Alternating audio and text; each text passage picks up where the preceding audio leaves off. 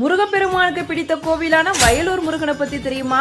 முருகப்பெருமானுக்கு பிடித்தமான ஆலயங்கள் 2 அப்படின்னு அருணகிரிநாதர் சொல்லியிருக்காரு. ஒன்னு திருச்செங்கோடு, இன்னொன்னு திருச்சி வயலூர். திருப்புகள்ல 92 இடங்கள்ல வயலூரா வயலூரா அப்படின்னு பாடியிருக்காரு அருணகிரிநாதர். திருவண்ணாமலையில முருகப்பெருமானோட அருளை பெற்ற அருணகிரிநாதர் முத்தை தரு அப்படின்னு தொடங்குற திருப்புகழோட சில பாடல்களை பாடினார். வயலூருக்கு வா அப்படின்னு முருகப்பெருமான் உத்தரவிடுறாரு. முருகப்பெருமானோட உத்தரவை ஏற்று வயலூருக்கு வந்தார் அருணகிரிநாதர். அங்க பொய்யா விநாயகரோட அருளை பெறுகிறார். ஆனா முருகப்பெருமானோட தரிசனம் கிடைக்கவே இல்லை. இதனால ஏமாற்றமடைந்த அருணகிரிநாதர் ஒளித்த அசிரிரி பொய்யோ அப்படின்னு சொல்லிட்டு கத்துறாரு.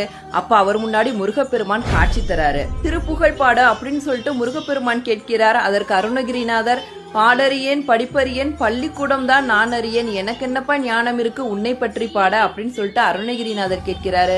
உடனே முருகப்பெருமான் தன்னுடைய வேலை எடுத்து அருணகிரிநாதரோட நாக்குல ஓம்